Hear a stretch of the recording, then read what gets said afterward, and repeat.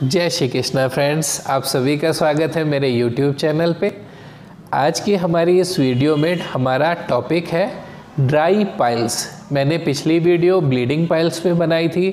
जिन भी पेशेंट्स को bleeding piles की प्रॉब्लम हो वो उस वीडियो को देख के ईज़िली अपनी मेडिसिन सेलेक्ट कर सकता है। आज की वीडियो में मैं ड्राई पाइल्स के ऊपर आपको बताऊंगा और इसमें भी मैं बहुत इजी तरह से आप लोग अपनी मेडिसिन सेलेक्ट कर सकें उस तरह से आपको होम्योपैथी की मेडिसिन बताऊंगा। ड्राई पाइल्स में मस्से बाहर की तरफ होते हैं, इनमें दर्द ज़्यादा होता है और ब्लीडिंग रेयरली होती है। कभी कभार हो गई तो हो गई, वरना नहीं।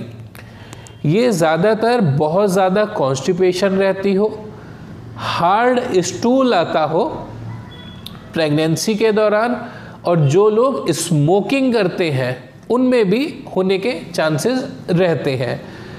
बहुत ज़्यादा स्पाइसी फूड खाते हो, तला भुना खाना, फास्ट फूड खाना, उसमें भी इसके होने के चांसेस ज़्यादा होते हैं। और एक मेंटल स्ट्रेस और इसमें होती है कि कई लोग कहेंगे मेंटल स्ट्रेस से इसका क्या संबंध है। जब हमें बहुत ज़्यादा इंसल्टेड फीलिंग होती है तो भी ये होने के चांसेस हो जाते हैं। आप वो किसी से शेयर करें ना करें, पर आप बहुत ज़्यादा इंसल्टेड फीलिंग अगर आप में है, बहुत ही बेइज्जती महसूस की आपने, तो भी इस तरह के पाइल्स होने के चांसेस हो जाते हैं। ये मेरा खुद का क्लिनिकल एक्सपीरियंस है। मैं जैसे पेशेंट से देखता हूँ, बात करता हूँ, तो उसमें मैंने ये चीज़ ज़रूर ऑब्ज़र्व की और नोट की कि पेशेंट में जिनमें भी पाइल्स है उनमें ये दिक्कत ज़रूर है, तो इस पे भी ध्यान देंगे। पहली हमारी होम्योपैथी की दवाई है एस्कुलस।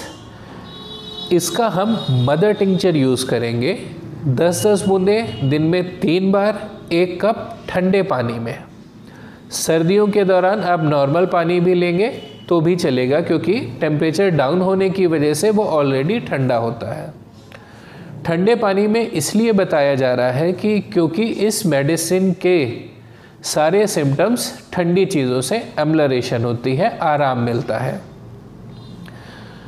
इसके मैं कुछ लक्षण आपको बताता हूँ।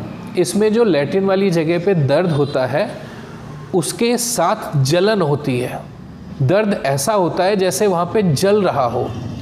तो जब पेशेंट वहाँ पे ठंडे पानी को अप्लाई करता है या धोता है उससे, तो उसको आराम मिलता है। इसीलिए मैंने इसकी मेडिसिन को खाने का भी तरीका ठंडे पानी से है, उससे भी उसको आराम मिलता है। इसके जो पाइल्स का पेन होता है वो कमर तक आता है। बैकएक होती है इसमें, पाइल्स में भी पेन होता है और वो पेन रेगुलेट करके आता है कमर तक। कमर का दर्द जो है वो लोअर बैक में होता है, नीचे के कमर के हिस्से में, पूरी बैक में नहीं, नीचे के कमर के हिस्से में, हिप रीजन और सैक्रम रीजन में दर्द होता है। तो उसमें आप ये होम्योपैथी मेडिसिन यूज़ करें, पूरी तरह ठीक हो जाएंगे। इसके और भी मैं कुछ लक्षण आपको बताता हूँ जिससे आप इजीली इसको समझ सकें कि हमारे लक्षण इससे मैच कर रहे हैं तो हमने ये लेनी है। लैट्रिन वाली जगह पे ऐसा महसूस होता है जैसे किसी ने सुइयां चुभो दी हो, इतना पेन होता है। लैट्रिन करने के बाद बहुत ही सीवियर पेन पेशेंट फील करता है। और इसकी एक खास बात है, इसकी जो पेन है उसको जब पेशेंट घुटनों के बल बैठ जाए और अपने पेट को आगे झुका ले तो उससे एम्लोरेशन होती है, उसके दर्द को आराम मिलता है। ये इसकी खास बात है। किसी भी पाइल्स के, ड्राई पाइल्स के पेशेंट को अगर बैक पेन और पाइल्स में पेन दोनों में है और वो अगर पेशेंट घुटनों पे बैठ के उसको दबाए पेट को और आराम मिलता है, तो आप इस होम्योपैथी मेडिसिन को यूज़ करें, पूरी तरह ठीक हो जाएंगे। पर आपको स्पाइसी चीज़ें, स्मोकिंग, तेज मिर्च मसाले की चीज़ें और लो फाइबर डाइट छोड़नी पड़ेगी। छोड़ना इसलिए कह रहा हूँ कि आप जितना इनको छोड़ोगे उतनी तकलीफ़ कम होगी, उतना पेन कम होगा और उतनी जल्दी आप ठीक हो जाएंगे। पानी ज़्यादा पिएं। जितना पेट में तरल रहेगा उतना हमारा स्टूल सॉफ्ट रहेगा।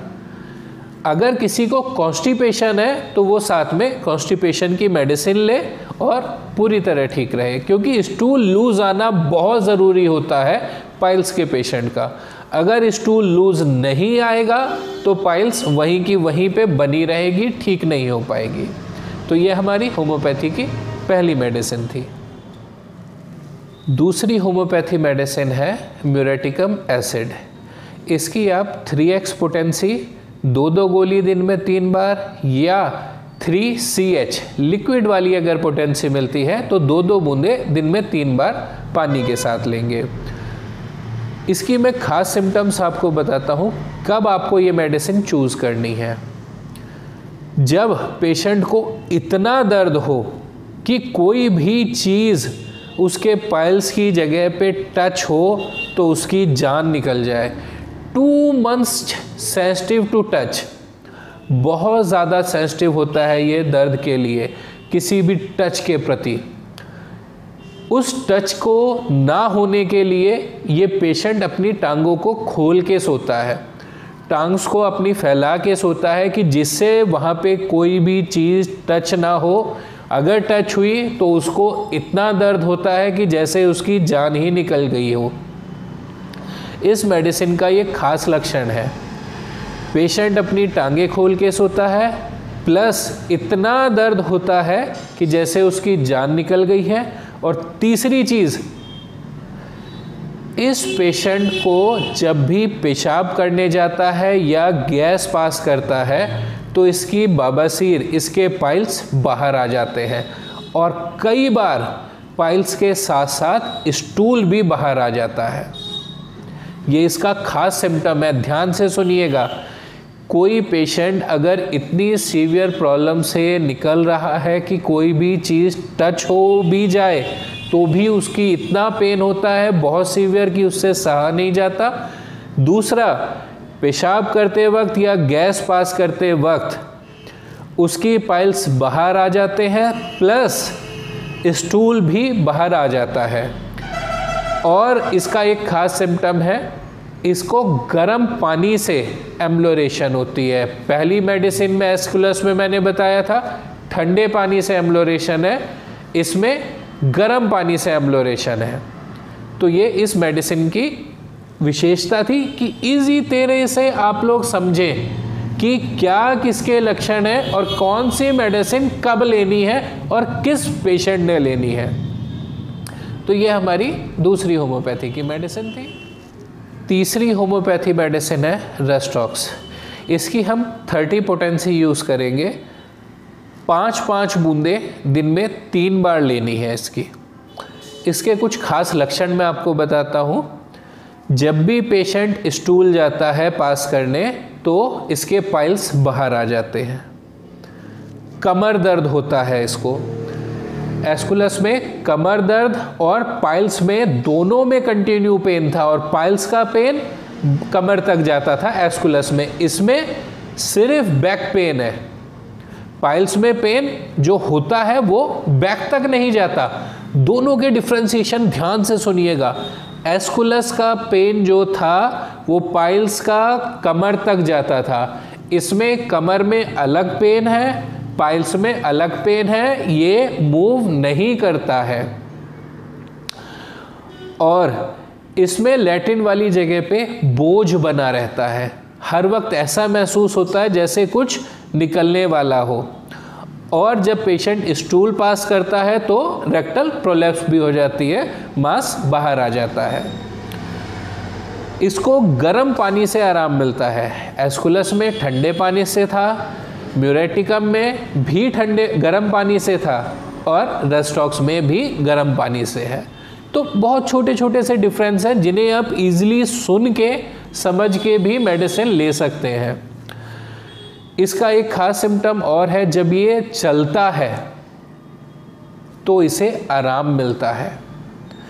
गर्म चीज़ों से इसको आराम मिलता है, चलने से इसको आराम मिलता है, मोशन में जब ये पेशेंट रहता है तो इसको आराम मिलता है।